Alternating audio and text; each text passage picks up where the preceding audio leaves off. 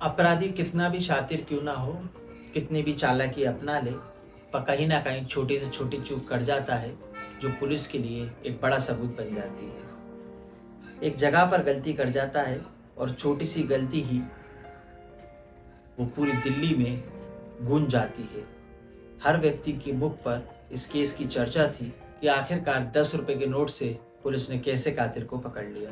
नमस्कार, आदाब, सत श्री अकाल। आप देख रहे हैं प्रदीप स्टोरी। मैं आपका दोस्त प्रदीप। आप चैनल पर पहली बार आए तो चैनल को सब्सक्राइब कर लें, ताकि ऐसी सत्य घटनाएं, कहानी आपको मिलती रहे। दिल्ली का एक गांव है, पालम गांव। घटना उसी क्षेत्र की है। शाम के लगभग 7 बजे होंगे और दिन था 6 जुलाई 2021 का। एयरफोर्स में काम करने वाले अधिकारी रोजमर्रा की तरह अपने काम से फ्री होकर कैंपस में, जहां उनका घर था, वहां पहुंचते हैं और वो घर का गेट खोलते हैं तो उन्हें थोड़ा सा अजीब लगता है, क्योंकि घर का कमरे का गेट खुला हुआ था। खटखटाते हैं, पर ऐसा कभी नहीं हुआ कि गेट नहीं खुला।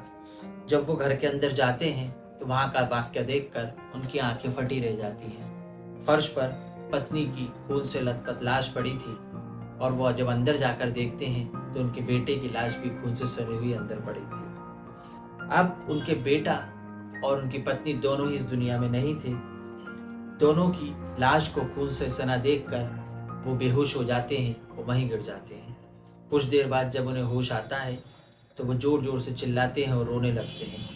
उनकी चिल्ला चोट की आवाज़ सुनकर कैंपस में जितने भी लोग वहाँ मौजूद होते हैं, सब उनके घर पर इकट्ठा हो जाते हैं।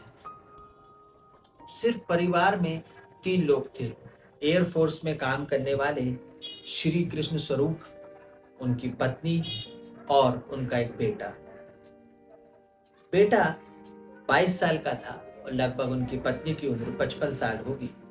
सभी लोग हैरान थे कि ये शरीफ परिवार है, एयरफोर्स में काम करने वाले अधिकारी का घर है और परिवार में केवल 3 लोग हैं, पत्नी, पति और बेटा। इनकी किसी से दुश्मनी भी नहीं थी, तो कौन ऐसी वारदात को अंजाम दे सकता है। तभी थोड़ी देर में कोई पुलिस को फोन कर देता है और पुलिस मौका वारदात पर पहुंच जाती है। पुलिस इन्वेस्टिगेशन शुरू करती है। फॉरेंसिक टीम को बुलाया जाता है, डॉग स्क्वाड टीम को बुलाया जाता है, घर के सीसीटीवी फुटेज को खंगाला जाता है, पर घर में जो सीसीटीवी फुटेज लगे थे उनका सीडीआर गायब था। पुलिस अब इस बिंदु पर शक थी, इस बिंदु पर चारों तरफ घूम रही थी कि कहीं ऐसा तो नहीं कि घर का सामान बिखरा पड़ा है, लूट की वारदात से कोई घर में घुसा और विरोध करने पर मां और बेटे का कत्ल कर दिया। पुलिस इन सारे पहलुओं को लेकर अपनी जांच को आगे बढ़ाती है। अब सवाल ये था कि कौन था, कौन आया और उसने वारदात को अंजाम क्यों दिया। पुलिस आसपास के सभी लोगों से पूछताछ करती है और आसपास के सीसीटीवी फुटेज को खंगालना चालू करती है, पर पुलिस के हाथ अभी तक कोई सुराग नहीं लगा था। पुलिस मान चुकी थी कि कातिल बहुत शातिर है, पकड़ में नहीं आएगा, पर वो कहते हैं ना कि कानून के हाथ लंबे होते हैं। कातिल कितना भी शातिर, जुर्म करने वाला कितना भी शातिर क्यों ना हो, छोटा छोटा सुराग छोड़ जाता है और वही सुराग पुलिस के लिए अहम कड़ी बन जाता है। सीसीटीवी फुटेज में एक 4 सेकंड का क्लिप मिलता है, जिसमें एक लड़का जैकेट और टोपी पहने हुए जा रहा होता है। पुलिस इस लीड को लेती है और आगे की तरफ बढ़ती है, पर वीडियो में जो लड़का दिखाई देता है या जो पुरुष दिखाई देता है, कह नहीं सकते थे, पर उसका चेहरा साफ दिखाई नहीं देता है। अब पुलिस की ये लीड यहीं पर खत्म हो जाती है। पर पुलिस जब उसको ध्यान से देखती है तो उसकी चाल ढाल से और चेहरे छुपाने के तरीके से पुलिस इस अंदेजे पर पहुंचती है कि जाहिर सी बात है, पुलिस हो सकता है, ये किसी मेल का काम हो सकता है, क्योंकि 2 कत्लों को अंजाम देना आसान काम नहीं है। ये कत्ल की खबर पूरे पालम गांव में फैल जाती है, प्रेस में खबर छप जाती है, मीडिया में खबर आ जाती है। तभी एक ई रिक्शे वाला पालम गांव स्टेशन पर, पुलिस स्टेशन पर पहुंचता है, अपने ई रिक्शे से उतरता है और एसएचओ साहब से कहता है कि साहब, कल एक सवारी मेरे रिक्शे में बैठी थी, मैंने उसे मेट्रो स्टेशन छोड़ा था, उसके कपड़ों पर खून लगा था, तो मैंने पूछा ये कपड़ों पर खून कैसे लगा, तो उसने कहा भैया मेरे हाथ में चोट लग गई थी, इस कारण खून लग गया। पर जब मैंने उसके हाथ की तरफ देखा तो उसके हाथ पर कोई चोट नहीं थी। मुझे शक तो हुआ, पर मैं सवारी में लगा हुआ था, मैंने कोई ध्यान नहीं दिया। एसएचओ साहब कहते हैं कि तुम अपना नाम और नंबर लिखवा दो, यदि कोई खबर मिले तो हमें बताना। 2-3 दिन बीत जाते हैं। ऑटो वाला फिर से एसएचओ साहब के पास जाता है और जो वो क्लू साहब को बताता है उसको सुनकर ये पूरी कहानी ही पलट जाएगी, ये केस की गुत्थी ही पूरी सुलझ जाएगी। बने रहिए कहानी में मेरे साथ आगे, आपको सत्यता और बहुत कुछ देखने को मिलेगा। रिक्शे वाला बताता है कि जब मैंने उसे अपने रिक्शे में बिठाया था और मेट्रो स्टेशन पर छोड़ा था तो किराया कुल 20 रुपये हुआ था। उसने मुझे 10-10 के 2 नोट दिए, एक नोट सही था और एक नोट फटा था। उस नोट को लेने से मैंने मना कर दिया।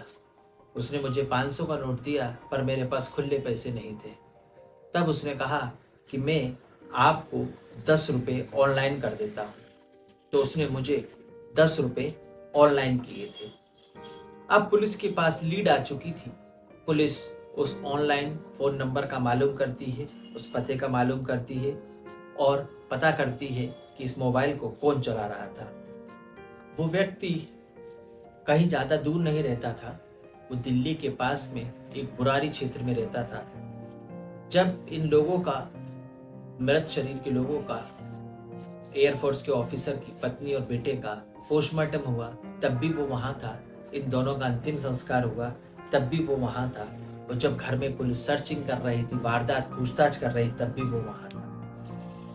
पुलिस से बार बार एक ही सवाल कर रहा था कि साहब कातिल कब पकड़ा जाएगा, कब पकड़ा जाएगा, आप उसे कब पकड़ेंगे, क्योंकि मरने वाली औरत उसकी बुआ थी और जो लड़का वारदात में मारा गया था वो उसकी बुआ का लड़का था, फूफा का लड़का था।